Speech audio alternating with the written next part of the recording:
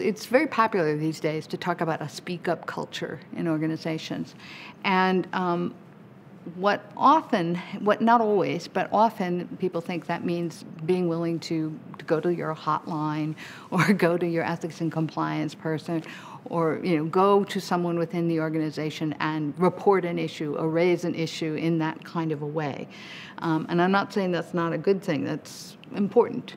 But a lot of what GVV is about, Giving Voice to Values is about, is actually helping people to feel enabled to raise these issues within their team, with the group that they're having the experience with, so that it becomes more of a conversation and a developmental process for the whole organization. That is true culture change. So, for example, one of the organizations I've worked with, one of the companies I've worked with, major global company, over 100,000 employees, they've been using GVV now for 7 or 8 years.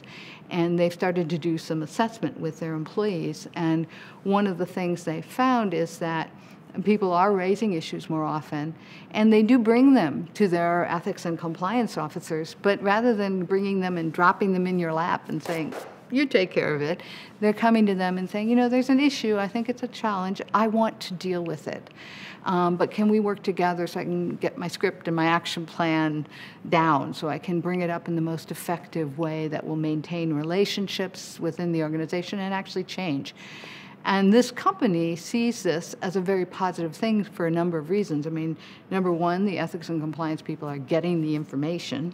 Number two, they see it as more true culture change when the employee, him or herself, wants to own the process and have the conversation within their team. And then number three, it means when someone does bring an issue that needs, for reporting, for investigation, they tend to more often be truly situations that require that kind of investigation. There's fewer false positives, in other words.